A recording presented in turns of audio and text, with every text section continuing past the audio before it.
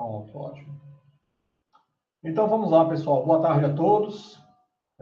Vamos iniciar agora nosso encontro presencial, virtual, da nossa disciplina de Física Fundamental 1. E antes de a gente iniciar, como sempre inicio, né? Eu vou compartilhar logo a tela. Só um instante, tá?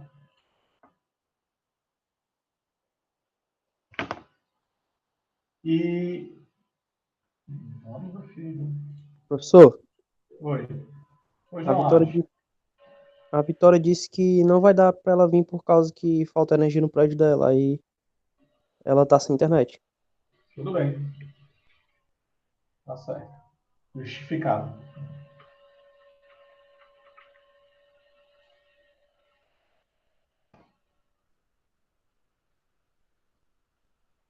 Só um instante, pessoal, que eu estou lutando aqui com o meu computador para ver se ele me obedece. Mas de vez em quando ele não obedece ao dono dele, sabe?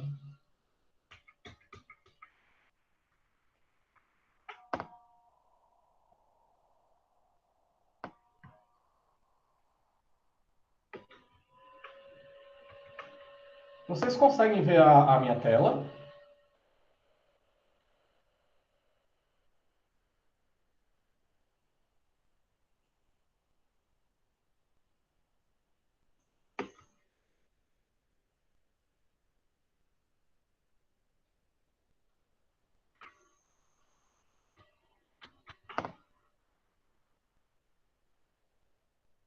Deixa eu perguntar, qual é a tela que está aparecendo? É o PowerPoint completo na tela, tá? Ou, na verdade, dentro do programa onde você vê os slides na lateral? Tá aparecendo completo. Ótimo, então nós vamos começar agora a nossa aula, pessoal. Eu queria que vocês prestassem atenção no título que nós temos agora. Vamos trabalhar com a parte de energia e suas transformações. Se vocês lembrarem bem, a nossa disciplina, ela é uma disciplina que abordou já bastante conhecimentos ao longo desse período, desse curto, entre aspas, longo período de tempo que nós estamos aqui.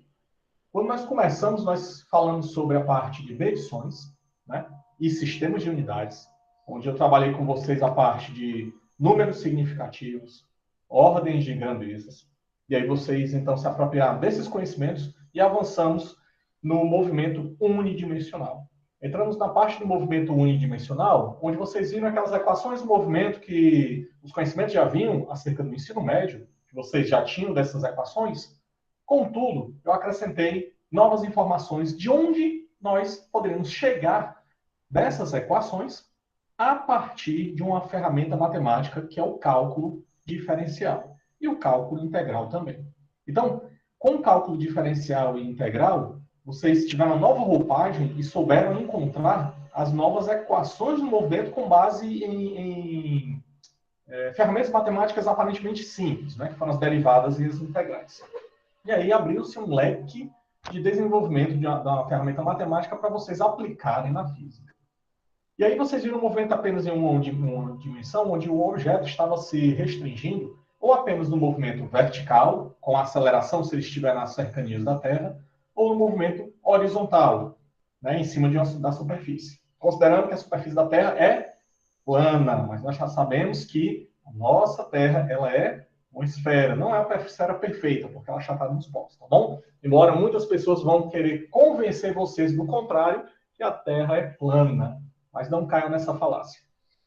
E aí, nessa situação, para a gente avançar na situação de a gente ver um objeto que se mova tanto no eixo horizontal quanto no vertical, como no terceiro eixo da profundidade, que são as 3 dimensões espaciais, foi necessário vocês conhecerem os conteúdos sobre vetores.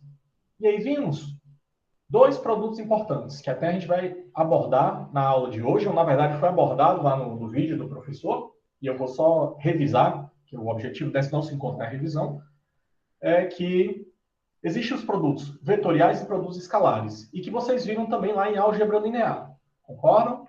Eu espero que sim, vocês tenham visto e revisto comigo, na minha aula de produto vetorial. E aí, esses produtos escalares e produtos vetoriais são importantes porque vão definir produtos, grandezas escalares e grandezas vetoriais.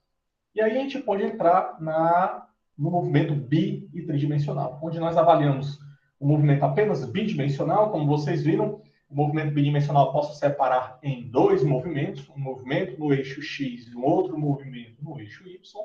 E aí, a partir daí, a gente viu um movimento balístico, um movimento de projéteis. E aí, nessa situação, a gente partiu também de utilizando algumas equações do movimento. É claro que nós não nos aprofundamos muito por conta do nível que nós estamos trabalhando agora, que é um nível remoto, e eu não tenho tanta liberdade assim de poder me aprofundar um pouco mais nas contas. Então, vocês assistiram a aula dos professores lá, que eles abordaram bastante sobre esses tópicos. E uma vez que vocês viram o movimento bidimensional, nós entramos, que é a parte da cinemática, nós entramos para investigar ou para estudar as causas do movimento. Então, a cinemática só estudou o movimento em si, a descrição do movimento, mas não queria saber o porquê. E as leis de Newton vão explicar as causas do movimento. E a partir daí, vocês viram as três leis básicas do movimento.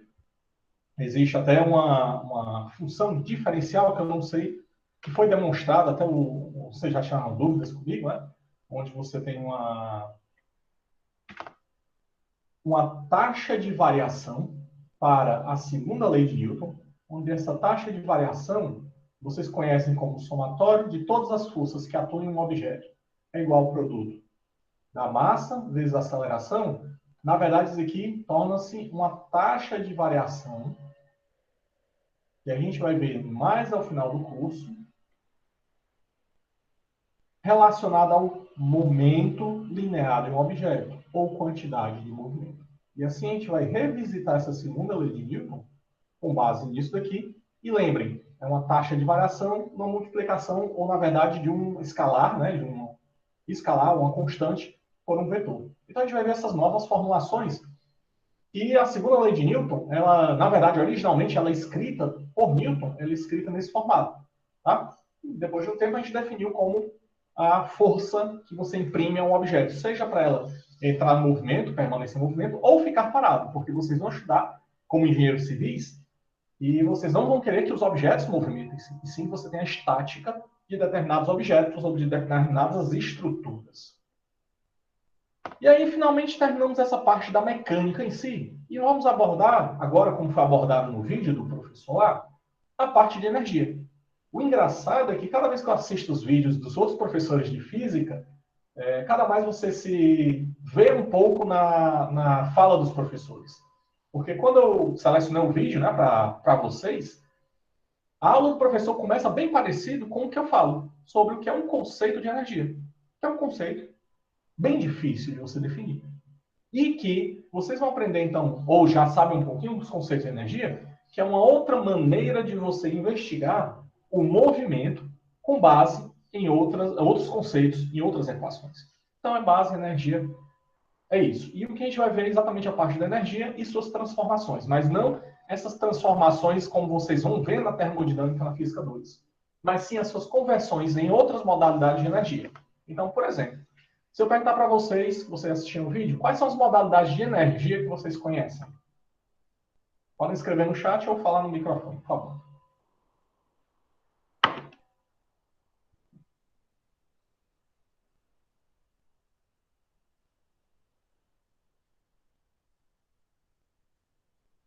Vamos lá?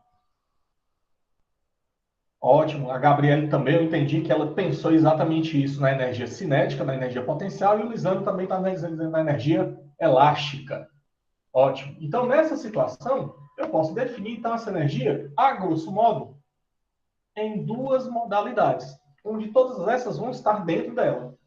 A energia associada ao movimento, que é a energia cinética, e a outra modalidade, que é aquela que está disponível para fazer alguma coisa. Ou mais especificamente, é uma energia em potencial para a realização de algo, ou a realização de trabalho.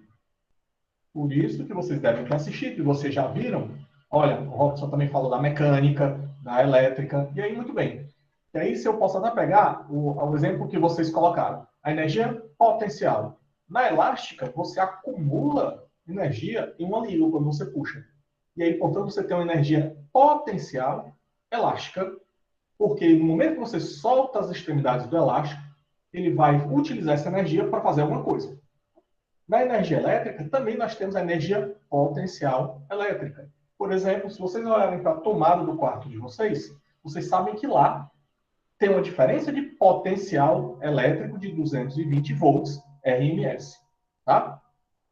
Só que se não tiver nada ligado lá, eu ainda assim tenho energia.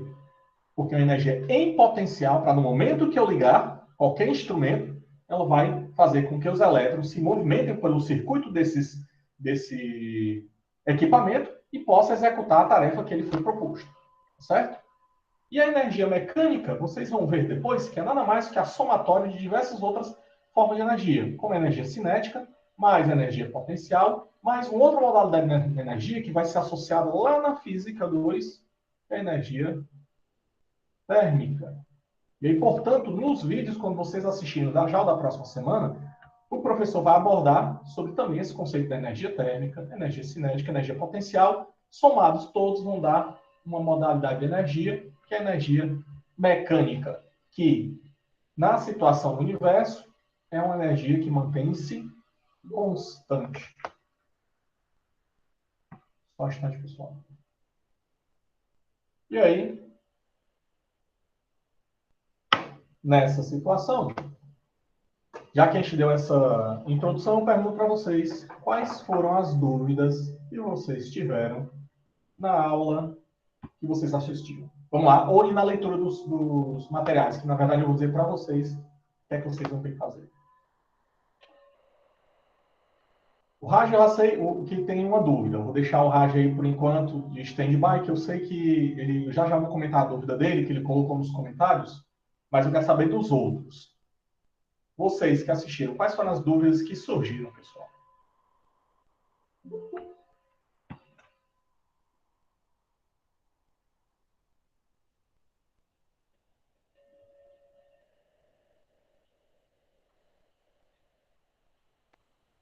E aí, pessoal? Então, dúvidas?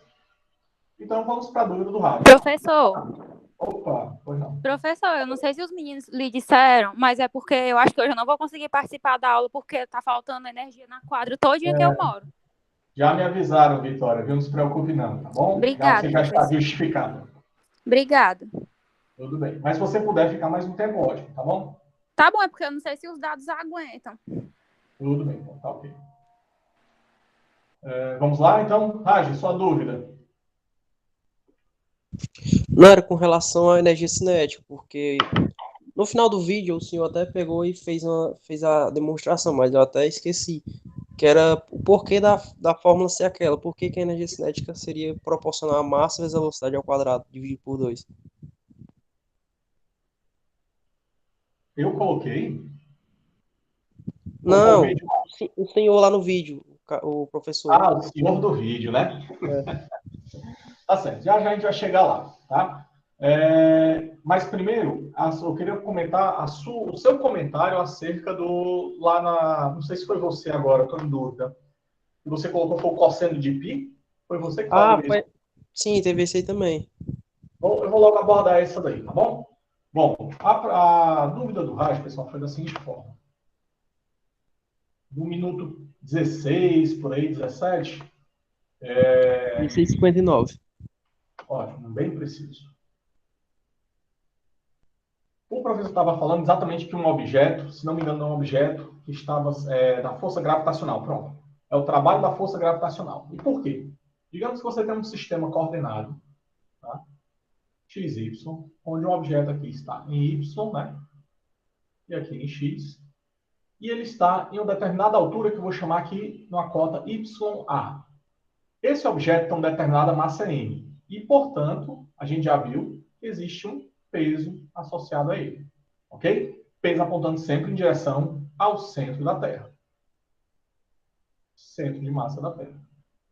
Na linha que une esses dois. Pois bem, e aí o que foi que foi feito? Foi deslocado esse objeto para uma nova altura, YB.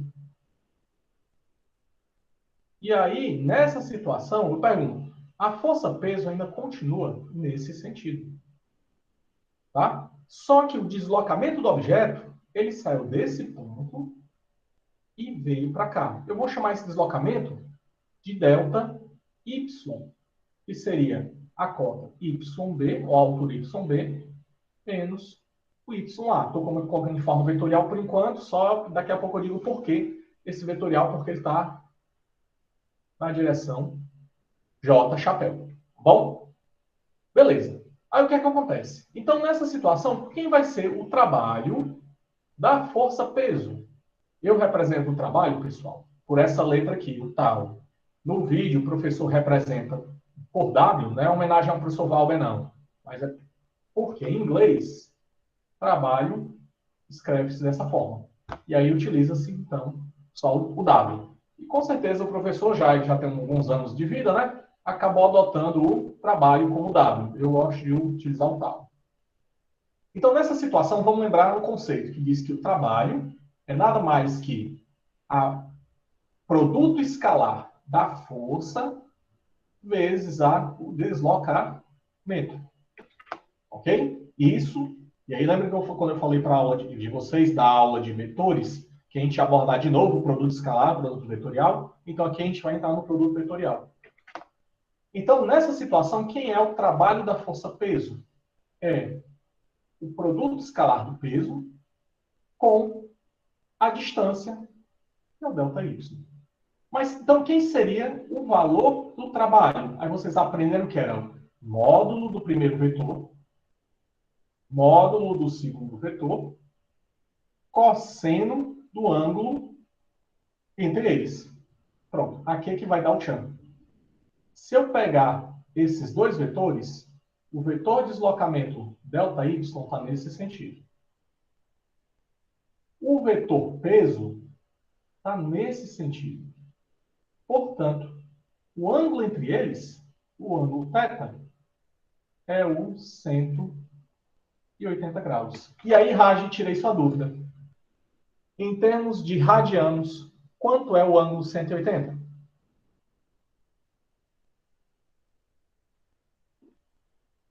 Exatamente.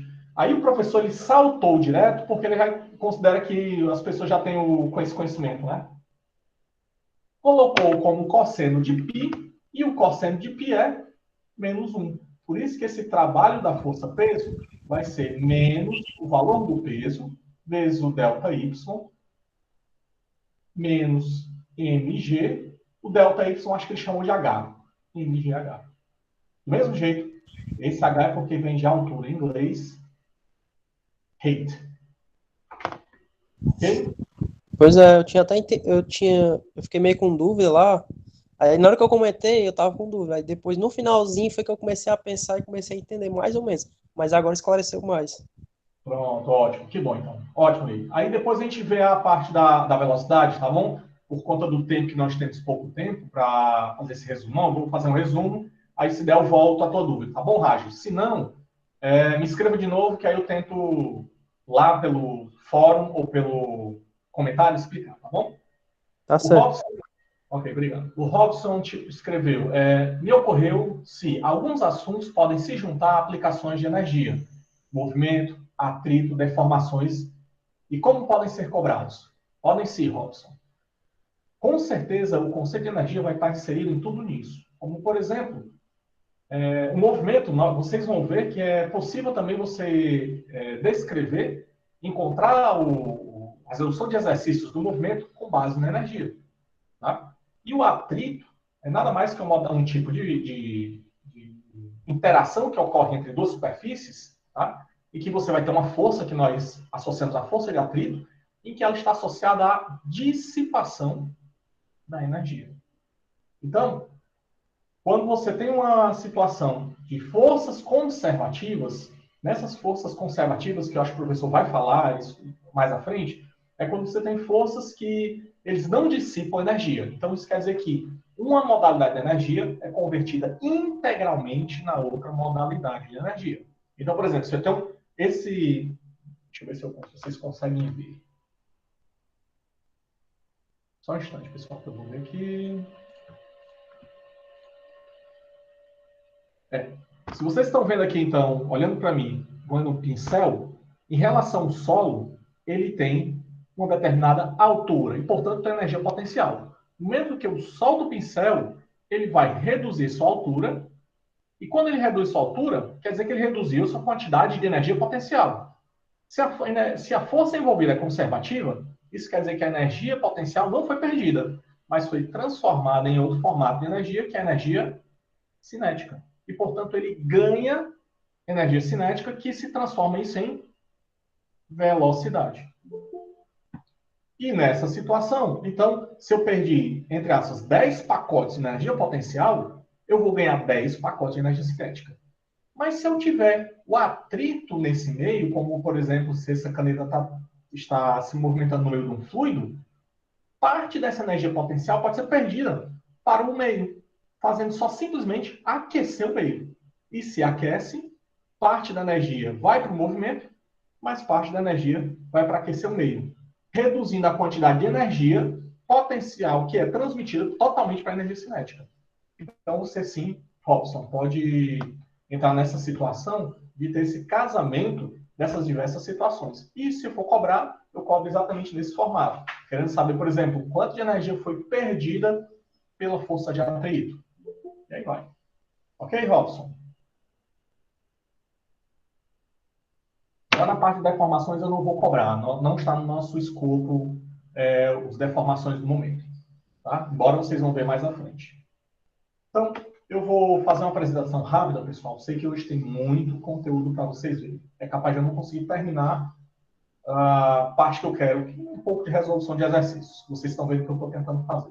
Mas eu quero deixar, pelo menos, a parte do conteúdo mais fechado, porque eu sei que a parte de modalidade da energia, aliás, de energia e suas transformações, algumas vezes não é bem visto no ensino médio. Tá? E para alguns de vocês pode ser muita novidade. Outros podem ser simplesmente algo en passant que vocês já sabem, portanto, só vão se aprofundar mais conteúdos. Então, nessa situação, só relembrando, nós temos uma modalidade de energia, que é chamada a energia cinética associada ao movimento de uma partícula ou de partículas, e agora as suas partículas também têm uma determinada massa, determinada velocidade. Então, tem uma partícula qualquer com massa m, em que ela apresenta uma velocidade, tá? E, claro, como ele diz aqui, muito menor do que a velocidade da luz. Por quê? Porque no momento que chega-se próximo da velocidade da luz, a física clássica ela não consegue descrever mais de forma satisfatória os fenômenos que ocorrem. Ok? Isso vai acontecer por quê? Porque na física, na física moderna, já sabe-se que cada vez que você chega mais próximo da velocidade da luz, ou o valor de C, que é o valor de 300 mil, aproximadamente, 300 mil quilômetros por segundo, já sabe-se que os corpos começam a aumentar de massa. Teoricamente, tá? Porque nós não temos como comprovar isso no universo. E, portanto, teria um sistema de massa variável, e aí vai. E aí, então, a física clássica não se encaixa. Por isso que você tem as situações da física moderna, né? Que é a física de altas energias, partículas com altas velocidades, e a física quântica, quando você trabalha com partículas muito pequenas do tamanho do átomo ou menor. Então, essa definição aqui, ó, da energia cinética, ele é definido por isso daqui, um meio de mv2. A gente tinha perguntado como é que surgiu essa equação, mas eu acho que aqui, Raj, eu vou tentar fazer do seguinte formato. Fazer a digressão, né? Que ele disse que a energia cinética, eu posso escrever como um meio de m que multiplica v, que multiplica o v. Concorda? Só que esse v, pessoal, se vocês lembrarem bem, é um meio de m de uma taxa de variação de dx dt e dx dt. E aí, a partir daqui, eu posso fazer alguns algebrismos para encontrar uma relação com a aceleração, uma força e, portanto, encontrar a equação da energia cinética, tá? Mas aí, nesse momento, como eu falei para vocês, como eu estou com bastante... A gente tem bastantes slides para ver, eu vou passar e depois eu mostro para vocês. E aí, ele define a energia cinética e nós definimos também o trabalho, né? Que é a energia transferida para um objeto ou de um objeto por uma força que age sobre ele. Então, vejam bem. Vai ter trabalho se houver, claro, a força e também se houver o deslocamento do objeto. Tá? E aí tem essa definição. O trabalho é positivo, né? Quando o objeto recebe energia, ou o trabalho é negativo quando ele cede energia. E aí, sendo assim, o trabalho, vou chamar disso aqui, não é uma grandeza vetorial, mas sim uma grandeza escalar. Porque está aqui, ó, ele é um produto escalar entre dois vetores. E aí, como a gente já falou, o trabalho é definido pelo produto da força que é aplicado, vezes a distância, vezes o cosseno do ângulo entre esses dois vetores. Lembrem bem, ó, que eu tenho um vetor F, por exemplo aqui, um vetor deslocamento D e o menor ângulo entre eles, θ. Cuidado, porque eu posso colocar algumas vezes o ângulo θ desse jeito, ó. Vou até colocar θ minha, mas você tem, para você colocar nessa equação, é o menor ângulo entre eles, que aqui ele coloca não como θ, mas sim como φ. Ok? Bom, mas essa fórmula aqui, pessoal, é simples, eu só posso utilizá-la quando a força pode ser dita como constante. Tá bom? Se for uma força que não é constante, eu não posso. Quer dizer, não posso. Eu vou aplicar uma outra variação. Tá bom? E aí, como ele diz aqui, que o trabalho total de um objeto é a soma de todos os trabalhos realizados pela força. Como assim, Val? Então, imagine que eu tenho um objeto aqui, qualquer. Tá certo? Em que esse objeto está submetido a uma força, que eu vou chamar força F1, que faz um determinado ângulo, π ou θ, em relação à horizontal. Mas, se esse objeto estiver nas cercanias da Terra, eu tenho uma força peso atuando sobre esse objeto, puxando em direção ao solo, e uma força de reação, que é a força normal. E se isso aqui for uma situação mais real, e se esse objeto estivesse deslocando para a direita, eu ia ter o aparecimento de uma força, que é a força de atrito. Então, a minha pergunta é, qual vai ser o trabalho total sobre esse objeto? E é isso que diz essa situação. O trabalho total vai ser a soma de todos os trabalhos individuais das forças. A soma do trabalho da força de atrito, mais a soma do trabalho da força normal, mais o da força peso, mais o trabalho da força F1. Ah, Valber, mas eu sei que algumas delas vão ser zero. Beleza, é zero. Mas não deixam de ser somados no trabalho total do objeto. Tá bom? Então, tenham isso em mente.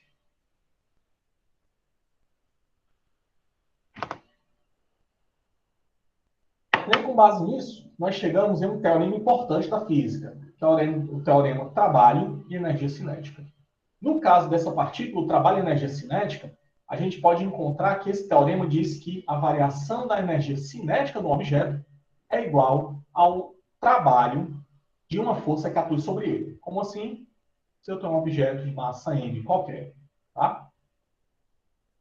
Vou colocar aqui para a gente chegar. Eu acho que até o professor já mostrou isso. Ele ainda continua com a massa m e ele é puxado por uma determinada força F, que faz um determinado ângulo θ com a horizontal. Esse objeto, ele desloca-se livremente. E, portanto, se eu tenho força e tenho massa, o objeto também vai ter uma aceleração. Se tem uma aceleração, eu parto de uma velocidade v1 inicial e chego aqui com a determinada velocidade v2 final.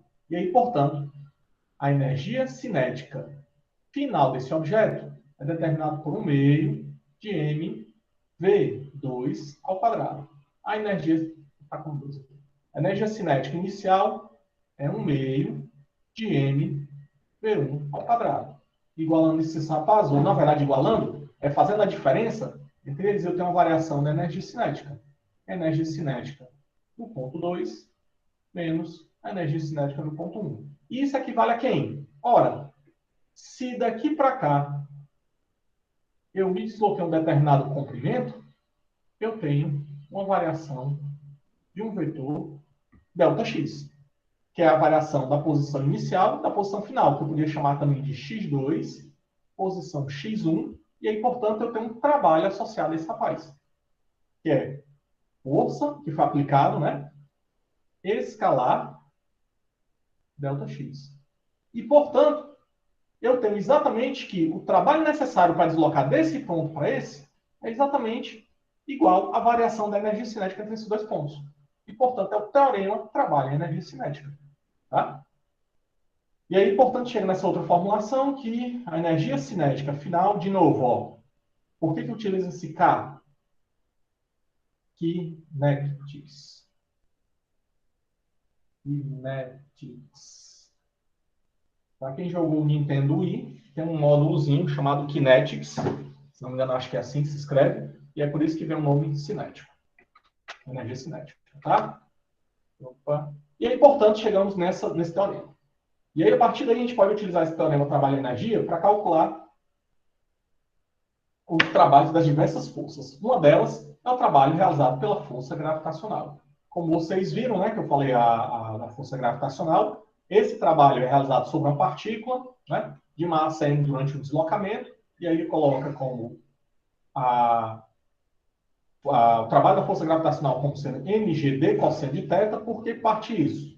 O trabalho da força gravitacional é a força gravitacional escalar pela distância ΔY, por exemplo. E aí a gente sabe que é o módulo da força gravitacional, módulo do ΔY, vezes o cosseno do ângulo entre eles. O módulo da força gravitacional seria o peso, fica m vezes g, vezes o ΔY, que ele na minha equação chamou da letra D, vezes o cosseno. Enfim, isso aqui é o trabalho da força gravitacional. Bem, mas aqui não tem negativo. Eu aprendi que o trabalho da força gravitacional sempre é negativo. Cuidado! Se um objeto estiver em queda livre, partir do ponto Y1 e ponto Y2, veja bem, a força-peso está nesse sentido. E o deslocamento está nesse sentido. E aí eu pergunto, como é que vai ser o trabalho da força gravitacional? Ele é positivo ou é negativo? Me responda aí no chat.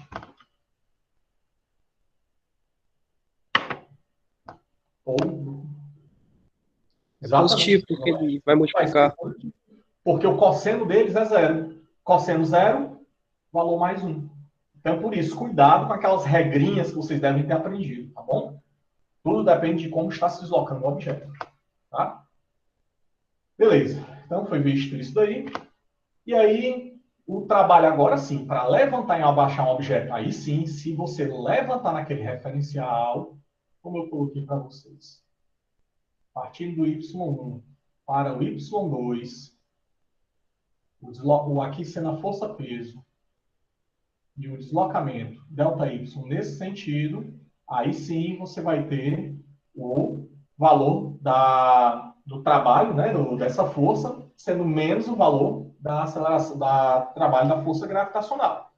Aí tudo bem, nessa situação, mas se estiver do mesmo sentido, não. Ok? Então, esse daqui foi um dos exemplos de aplicação do trabalho em energia cinética. Tá? O outro exemplo, ele fala sobre a força elástica. Se a gente lembrar bem o que é a força elástica, como vocês viram lá nas leis de Newton, eu tenho uma mola e aqui um objeto qualquer que tem uma determinada massa m que esteja acoplado a essa mola. Ele está na posição inicial x0. Se eu puxo esse objeto para a direita, com determinada força, e mantenho ele fixo, eu vou, então, fazer com que apareça uma força restauradora, tá? De mesmo módulo de F, mas sentido contrário, que é chamado de força elástica. Então, vejam, o que é que acontece nessa força elástica? Se ela é de mesmo módulo de contrário, então quer dizer que se esse valor aqui for positivo, aqui vai ser negativo. Se essa força for apontando agora para o lado negativo, a minha força elástica terá valor positivo. Portanto, esse negativo aqui, pessoal, é só um indicativo dizendo que a força elástica que aparece, ela é proporcional, primeiramente, à distância do objeto, mas não ao positivo dela, e sim ao negativo da distância, e a proporcionalidade entre elas é a constante da mola, o K. Tá? Então, nessa situação, quanto mais alongada ou comprimida a mola, maior é a força que eu preciso imprimir na mola para ela ficar mais alongada ou comprimida. Isso daí já não foi nenhuma novidade. Só que aí, como a gente vai trabalhar com esses objetos apenas no eixo X, a gente pode definir então como essa lei, pela lei de Hooke, né? Robert Hooke. Quem fez a prova lá de física deve ter feito dependendo da letra, né? Fez a prova de Robert Hooke. É uma força que vou definir apenas em um eixo X, que é menos kx. Tá bom? Então, a força elástica é uma força do tipo variável. Como assim? Porque é uma força que depende de x. E se é uma força que é variável, não é mais constante, diferente da força gravitacional aqui próximo da Terra, eu preciso de outra ferramenta matemática para a gente trabalhar com isso. Mas nessa situação, o que é que acontece? Eu encontro a minha trabalho realizado pela força elástica como sendo menos um meio de kx2. Mas como é que a gente encontra isso? Podemos encontrar pelo meio da força, ou, porque, por exemplo, ó, se o somatório das forças é igual a massa vezes a aceleração, tá? Espaço vetorial, e temos que o trabalho é a força multiplicado pelo deslocamento, então eu posso substituir a todas as forças resultantes nisso daqui, que é a massa vezes a aceleração, vou tirar a parte vetorial, vezes o deslocamento. Tá bom? E aí, nessa situação, o que ele pode fazer? O trabalho vai ser a massa vezes quem é a aceleração? É a derivada da velocidade em função do tempo, vezes o deslocamento, que seria o dx. E aí aqui eu posso substituir de novo por dx2, dt2, vezes o comprimento dx, vezes a massa. E a gente pode encontrar uma formulação, que eu acho que ele deve ter demonstrado, parecido com essa daqui. A partir do momento que eu tenho isso daqui, eu posso até encontrar com a integração, tá bom? Só que como é a força elástica, ele coloca que o trabalho é menos kx vezes a distância d. E aí, portanto, opa,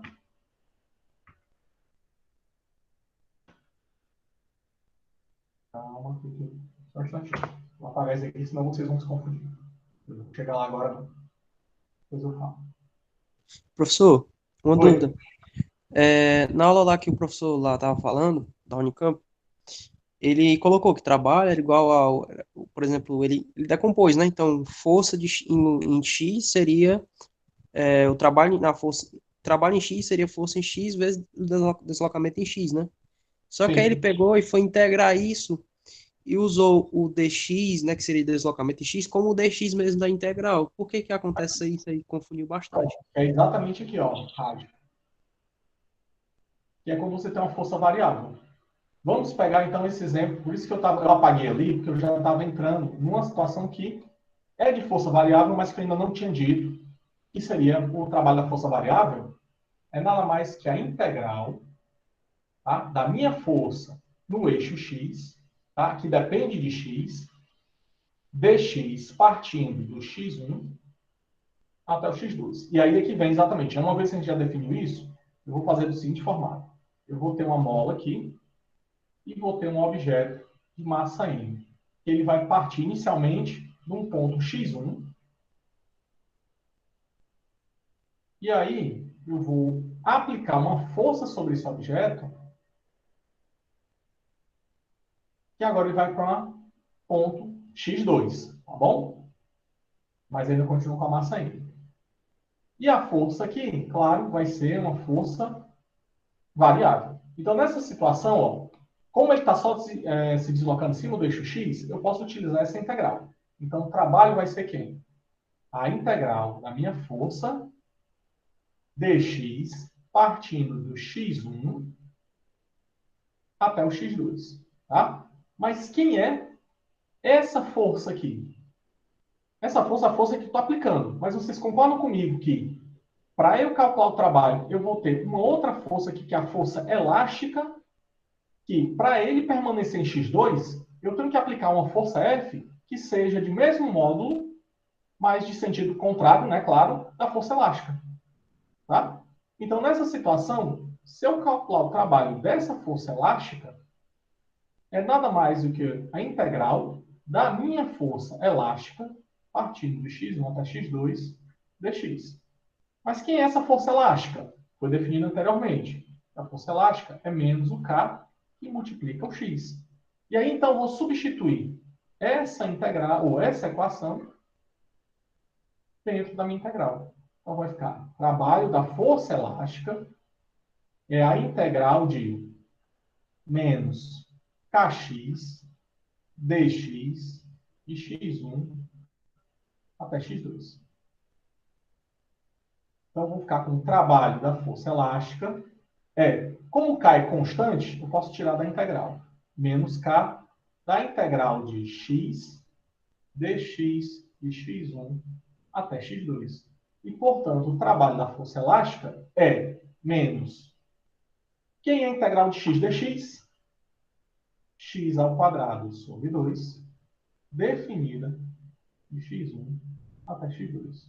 E, portanto, o trabalho da força elástica é menos K que multiplica, vou tirar logo 2 aqui, x2 ao quadrado menos x1 ao quadrado.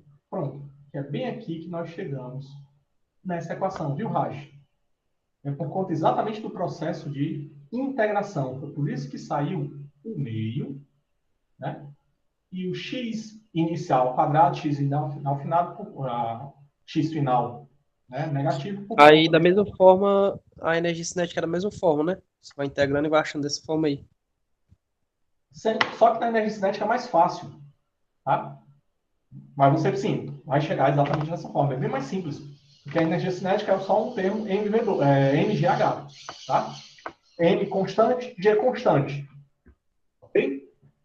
Então, por isso que eu saltei dessa equação para cá. Porque com o conceito da força variável, com a integração, nós chegamos facilmente no trabalho da força elástica. Assim também para outras forças. Por exemplo, vou dar um exemplo aqui para vocês já agora. Se eu tiver uma força variável que depende de x no seguinte formato.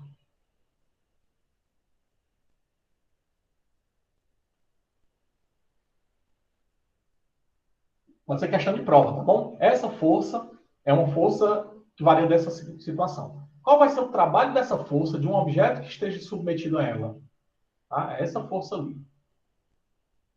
Ok? Que saia de um ponto 0 até 10 metros.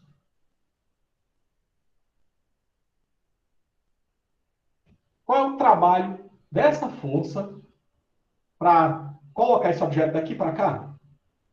E aí, como vocês já viram, o trabalho da força é simplesmente a integral de x1 até x2 de f de x dx. E aí ficou simples. É a integral de, partindo do zero até 10 metros, de 2x ao quadrado mais 3 seno de x dx.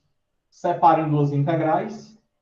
Integral de 0 a 10, 2x ao quadrado dx, mais a integral de 0 a 10 metros, 3 seno de x dx. Isso daqui, então, vai dizer que o trabalho dessa força F qualquer é 2 vezes a integral de 0 a 10 de x ao quadrado dx, mais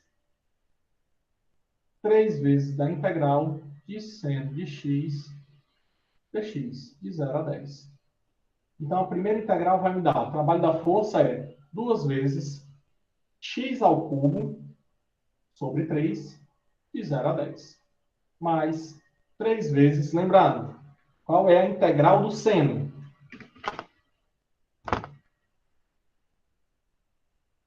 Lembrem, derivada do seno, cosseno. Quem é a integral do seno? Menos cosseno. Menos cosseno. Muito bem. Então fica menos cosseno de x. Como ela já está definida, eu não preciso da constante. De 0 a 10. E aí, portanto, simplesmente você substitui os limites. Lembra que quem vai ser em radiano, tá? Não é em grau.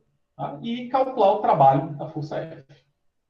Ok? Então, veja, olha, uma aplicação de uma força que não é mais agora só simplesmente um menos kx. Posso colocar agora diversas forças com diversas equações, leis de forças diferentes. Então, por isso que então a gente pode encontrar o trabalho desse formato, tá bom? Mas o trabalho de uma determinada força. E aí entramos no conceito de potência, né? E a potência, como a definição diz, desenvolvida por uma força, é a taxa com qual a força realiza trabalho sobre um objeto, tá? E se é uma taxa em relação a alguém. E essa taxa da potência é em relação ao tempo. Então, se eu pegar a potência média de qualquer objeto, que eu posso representar assim, potência média é nada mais que o trabalho de tempo necessário para fazer com que o objeto saia de um ponto 1, por exemplo, x1, até um ponto x2, você vai ter um deslocamento aqui, ΔX, ok? Devido a uma força qualquer, certo? Só que agora, partindo de um tempo zero até um tempo qualquer, t, que dá o meu valor do ΔT. T menos T0.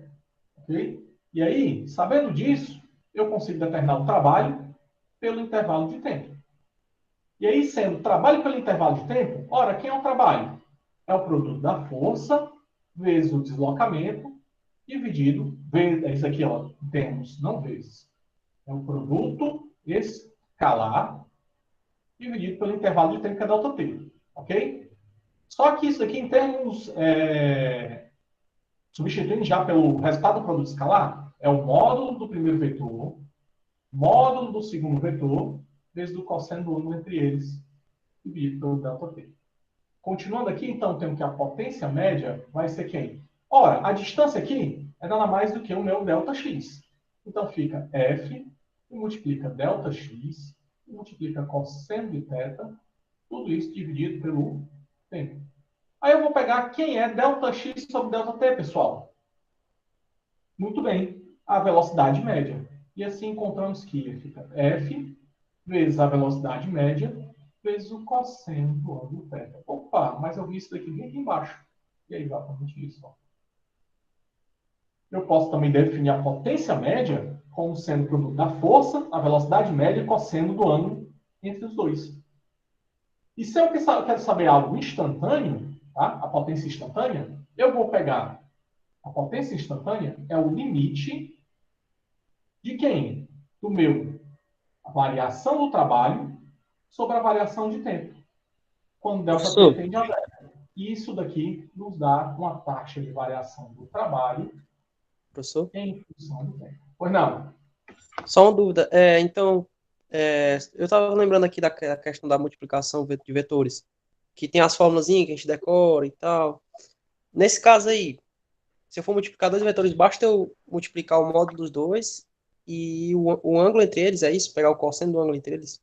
Somente. Vamos lá com esse daqui, esse resultado. Se eu quiser saber a potência, né? Aqui pronto, chegar nessa última forma. Se eu quiser saber essa potência instantânea, é a força que está sendo aplicada naquele momento, a velocidade e o cosseno de φ. O cosseno que está entre eles. Que nos dá um produto escalar. Tá certo? Em termos de componente, quem é um produto escalar? Vamos lembrar, ó. A escalar B é AX BX mais AY BY mais AZ BZ. Isso daqui nos dá um módulo desse produto escalar. Então, se é um módulo da força e o módulo do deslocamento, F de x dx, F de y dy, mais F de z dz. Ora, mas o módulo diz aqui nos dá quem? Trabalho. Ok, Raj? Ok. E aí, Nessa situação, vamos tentar fazer então alguns desses exemplos para a gente encerrar a nossa aula. Se um foguete Saturno V e uma espaçonave Apollo acoplaram a um foguete, então você tem um foguetão aqui, Saturno V, e aí você tem lá na pontinha Apollo. E aqui é o Saturno. A massa total desse sistema é 2,9 vezes 10 elevado à quinta quilogramas. Ele quer saber qual era a energia cinética dos objetos quando atingiram uma velocidade de 11,2 quilômetros por segundo. Não sei se vocês sabem, mas esse númerozinho mágico aí, na verdade, tem uma conta que você encontra, tá? É bem simples, o professor vai mostrar isso para vocês depois, tá? Que seria a velocidade necessária para você colocar qualquer objeto nas cercanias da Terra, ou tirar o objeto de órbita. Então, ele precisa estar com a velocidade de 11,2 km por segundo para não ter que voltar para dentro da atmosfera da Terra. Tá? E aí, então, nessa situação, vamos transformar isso aqui para metros. 11,2 km é 11.200 metros por segundo. Então, a energia cinética, aplicação direta, 1 meio de m vezes a velocidade do objeto elevado ao quadrado. Então, vai dar 1 meio que multiplica 2,9. Por favor, quem tiver com calculadora, já vai separando ela aí para me ajudar nas contas, tá bom? Vezes 11.200 elevado ao quadrado. Portanto, quanto é que dá essa energia cinética? Só me confirmar, porque como eu estou com o meu celular na conta, pode ser que eu não consiga fazer as contas direitinho.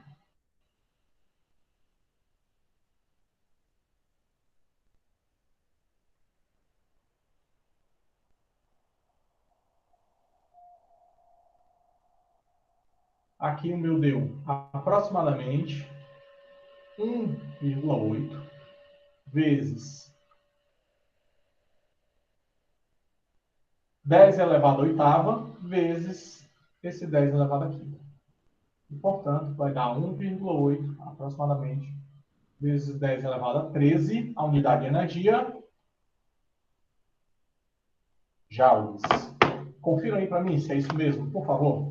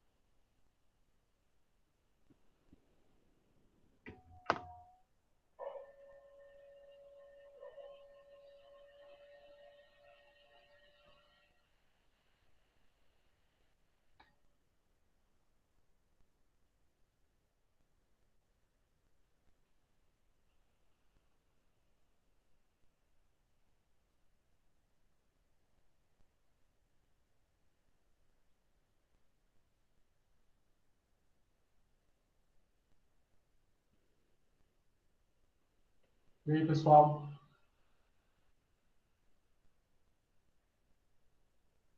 É isso mesmo, professor.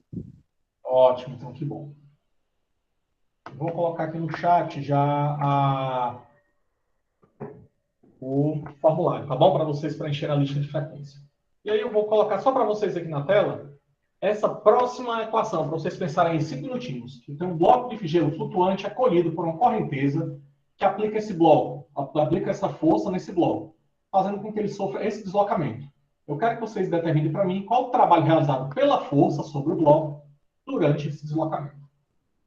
Dá 2 minutinhos aí para vocês.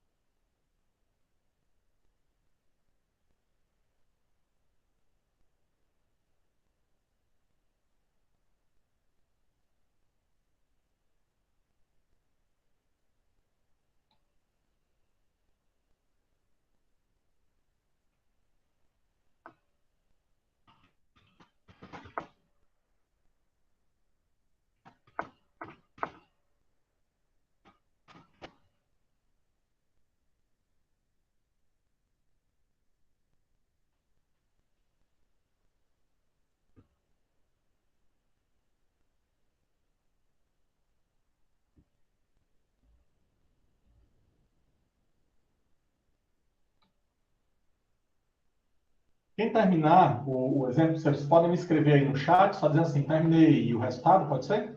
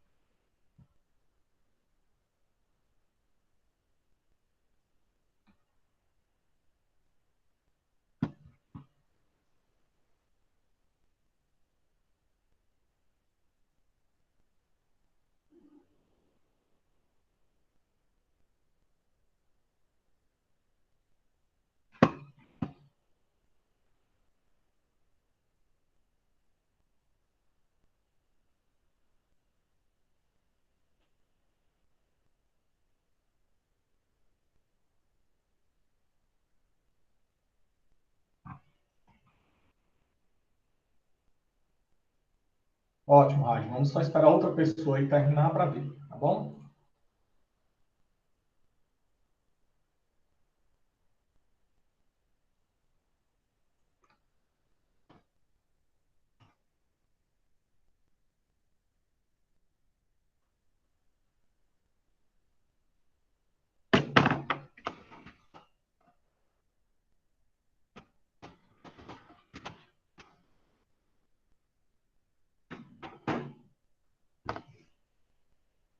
$4.950, ótimo, Geise.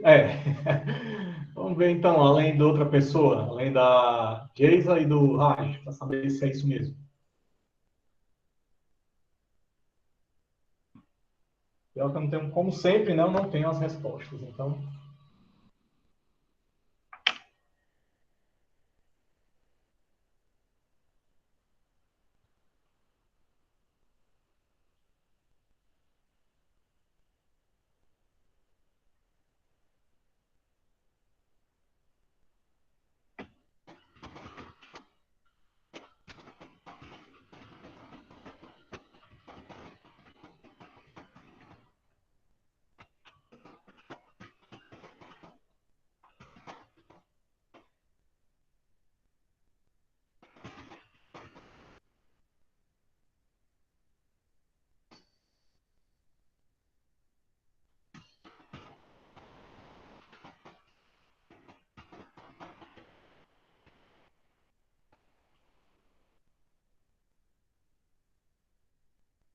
Ótimo, então pronto.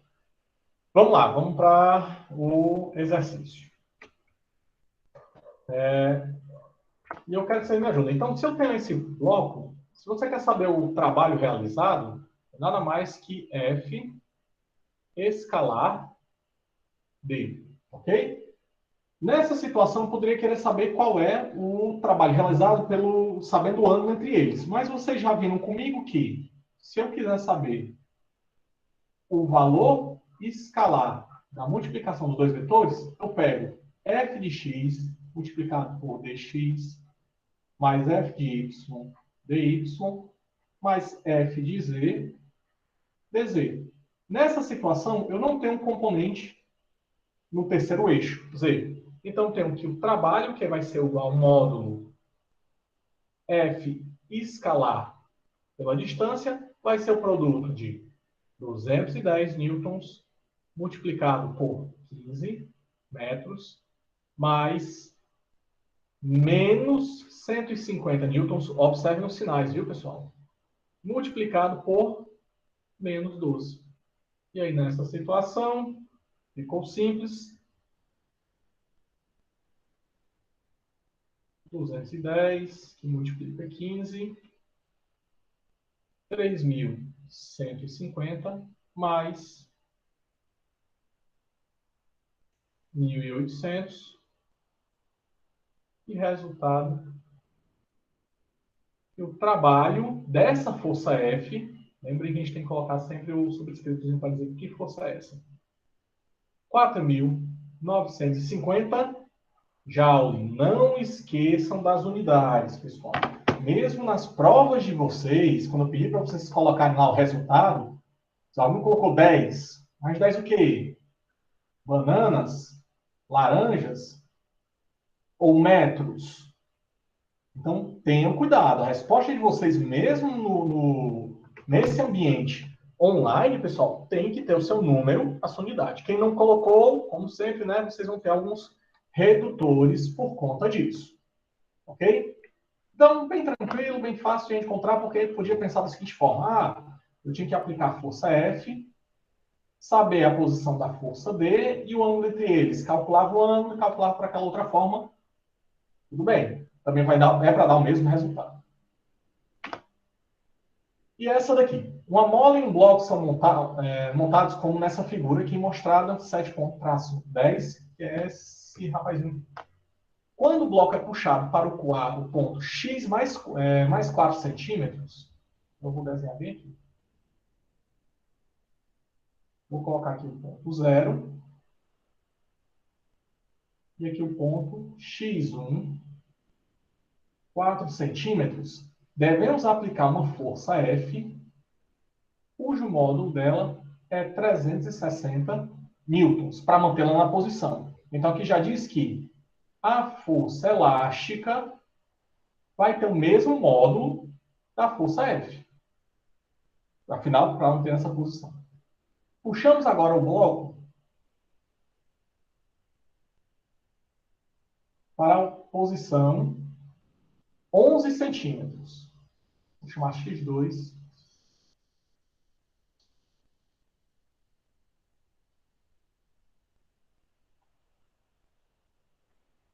E aí, essa eu vou chamar essa F1 e essa aqui é F2. Tá? Que ele não diz qual é o módulo dela. E aí, nessa situação, é claro que eu vou ter uma outra força elástica que está associada a essa força F2. E depois a gente libera o bloco. Se você libera, quer dizer que eu vou ter uma força elástica 2, que vai ser equivalente a essa F2 aqui. Tá?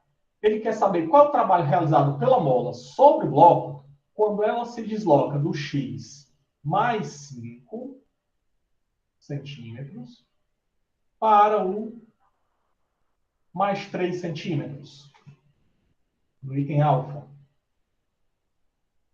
E aí tem algumas perguntas. Ah, Valber, tranquilo, né? Vamos lá. Eu já sei que o trabalho da força elástica, né, pela mola é a integral partindo de x1 até x2 de f de x dx. Ok? Beleza, mas eu pergunto. A minha força, eu sei que a força elástica é menos o K vezes x. Mas qual é o K da mola? Como é que eu descubro? Eu posso descobrir a partir exatamente daqui. Ok? E por quê? Porque eu já tenho a força necessária para manter o bloco em 4 centímetros e a distância, né, que eu puxei para manter nessa posição.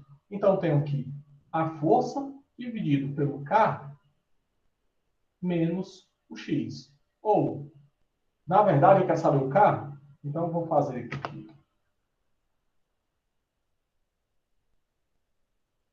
O K fica em evidência. Então, o valor do K é o valor de menos a força dividido pelo distância x. E aí, vamos lá. Quem é o valor de K? É o valor de menos. Vocês concordam que essa força aqui não é essa força F, mas é a força elástica? Se é a força elástica, quem é o módulo dessa força elástica? É 360 newtons. Só que não está orientado para o eixo positivo do x, e sim para o eixo negativo. Então, é menos o 360 dividido pela distância, que é 4 vezes 10 a menos 2. Lembre que aqui dá no centímetro, vamos transformar para metro. E aí vai dar um valor de menos, aqui vai dar menos 90, multiplicado pelo vezes 10 ao quadrado. E aí, nessa situação, lembrem bem que é o Newton por metro. Portanto, esse cara, não menos, desculpe, por conta do menos com menos aqui dá mais. Dá um valor de 9.000 Newton por metro. Tá? E aí vamos então substituir na minha equação. Então eu tenho que o trabalho dessa força elástica é a integral partindo de quem? Agora eu quero saber exatamente desse ponto inicial, que eu vou chamar aqui ó, de x1, em direção ao x2, que é o 3 centímetros. Então eu vou colocar aqui que a partir de x1, 5 centímetros, até x2 mais 3 centímetros, de f de x dx. Então, o trabalho da força elástica vai nos dar a integral de, colocando isso daqui já em base de 10, mais 3 vezes 10 a menos 2 no metro, mais 5 vezes 10 a menos 2 no metro, o valor de menos o K, 9.000, vezes o x dx. Lembrem que a lei de força ainda continua essa, menos kx dx. Então, o trabalho da força elástica é, tirando o 9.000 na integral, 9.000 da integral de x dx de 5 vezes 10 a menos 2, 3 vezes 10 a menos 2. Portanto, o trabalho da força elástica, esse conto nós já tínhamos, eu só estou revendo o passo da integral. É menos 9.000, que multiplica o valor de x ao quadrado sobre 2, definido entre mais 5 vezes 10 a menos 2, mais 3 vezes 10 a menos 2. Da mesma forma, eu vou pedir a orientação de vocês aqui nas contas, tá bom? Fica. Eu vou tirar logo esse 2 aqui e dividir o 9.000 por ele. Fica menos 4.500. E multiplica quem? O primeiro termo, que é o 3 vezes 10 a menos 2 ao quadrado, menos 5 vezes 10 a menos 2 ao quadrado. Então, o trabalho da força elástica nesse ponto vai nos dar o valor menos 4.500 e multiplica. Aqui vai dar 9 vezes 10 a menos 4, menos 25 vezes 10 a menos 4. O trabalho da força elástica é o menos 4.500, que multiplica 9 menos 25, 16 vezes 10 a menos 4. E aí, por favor, quanto é que dá o trabalho da força elástica? Confira aí para mim. Opa, desculpe, ó. Lembra que tem um negativo aqui, né? Vou acrescentar aqui, ó, menos 1, por conta disso aqui é um valor negativo.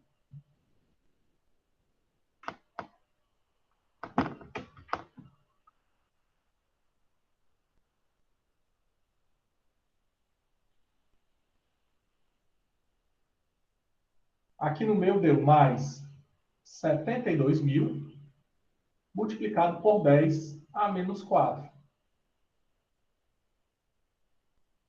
1, 2, 3, 4, 7,2 Joule do item alfa. Positivo. O que significa positivo? É porque o deslocamento e a força estão no mesmo sentido. Mas, Valber, ele está reduzindo o valor do x. Concordo. Mas lembre que o trabalho é da força elástica. E o trabalho da força elástica está fazendo com que a força empurre o objeto em direção ao ponto zero, mas está indo no mesmo sentido do objeto. Por isso que deu valor positivo. Confiram aí, por favor, qual é o valor que deu, pessoal. Se é isso mesmo?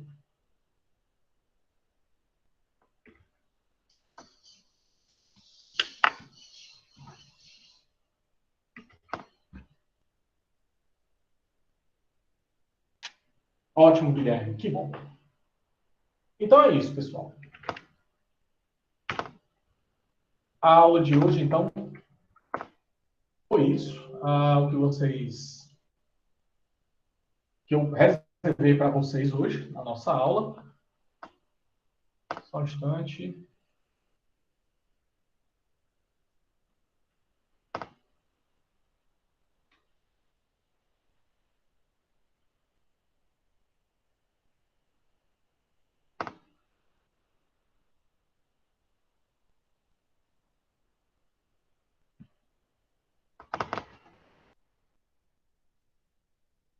Para uma apresentação, não é, pessoal?